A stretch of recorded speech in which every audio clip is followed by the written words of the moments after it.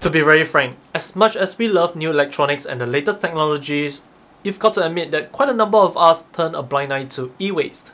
Well, Acer wants to change all of that, and it starts with something like this. This funky but interesting looking laptop.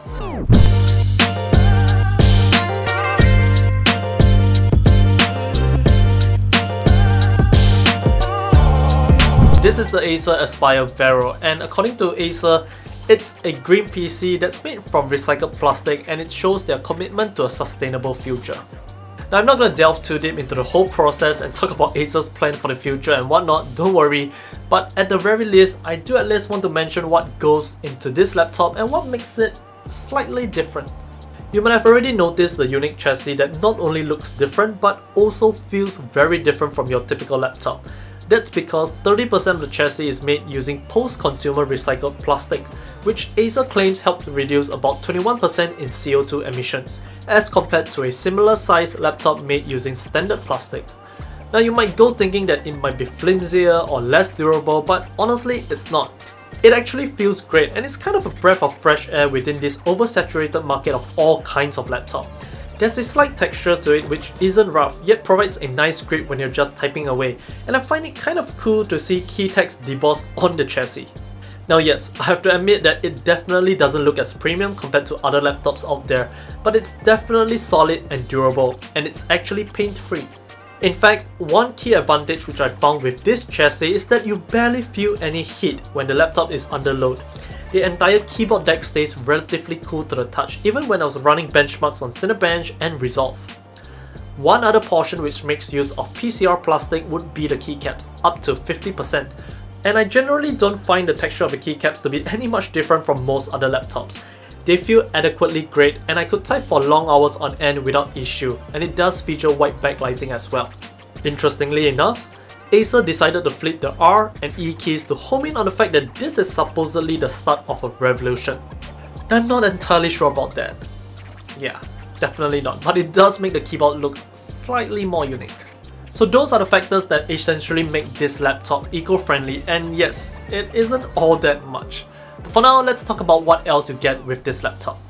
For a start, you get a standard 15.6-inch 1080p display running at 60Hz, which isn't bad until you hear the rest of the specs.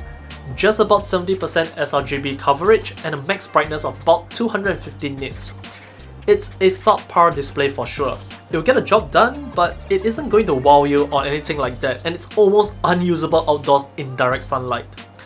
The same goes for the 720p webcam located up top, and it's basically do you just fine, and its quality is just comparable to any other 720p webcam on any other laptop for the matter. And the story continues with the speakers, which are just decent. Just decent. The trackpad, however, is where things start to get a little better, for it is pretty great.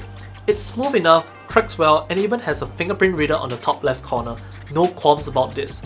Port selection is also quite great as well. You get a single USB 2.0 and your headphone mic combo on the right side, while you get your DC in, RJ45, HDMI 2.0, two USB 3.2 Gen 1 Type A, as well as a USB 3.2 Gen 1 Type C port on the left. My only gripe is that you can't really charge the laptop using that Type C port, which is quite a shame. And it really is as well, because battery life isn't that fantastic for such a laptop. It only has a 48 watt-hour battery, which would last you just about 5 hours or so of average use. Being able to top up via Type C and a small little GAN charger would have been amazing. Depending on where you are, there might be several different configurations for the Vero.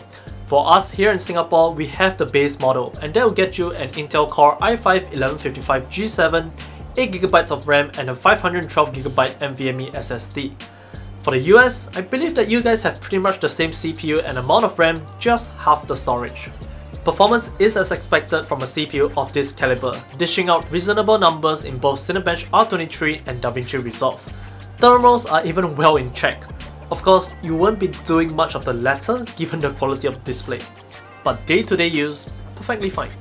So, what are my thoughts on this laptop? Honestly speaking, it really isn't all that bad despite its shortcomings.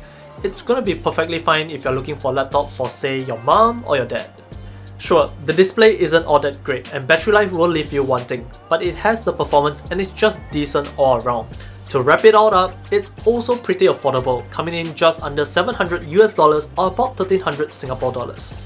Now I'll be very frank, it really isn't that eco-friendly of a laptop, but it definitely is a step in the right direction. Now if Acer is planning for a second generation of this laptop, I would like to see a smaller version like a 14-inch or 13.3-inch and with a better display. I would think that would definitely entice more people and will be far more desirable. But for now, this is what it is. If you have any questions, let us know in the comment section down below. If you'd like to, do check out the affiliate links in the description as well. If you do, thanks for the support. Don't forget to like this video, subscribe to us on YouTube, follow us on Facebook, TikTok, Twitter and Instagram. Till the next one. See ya!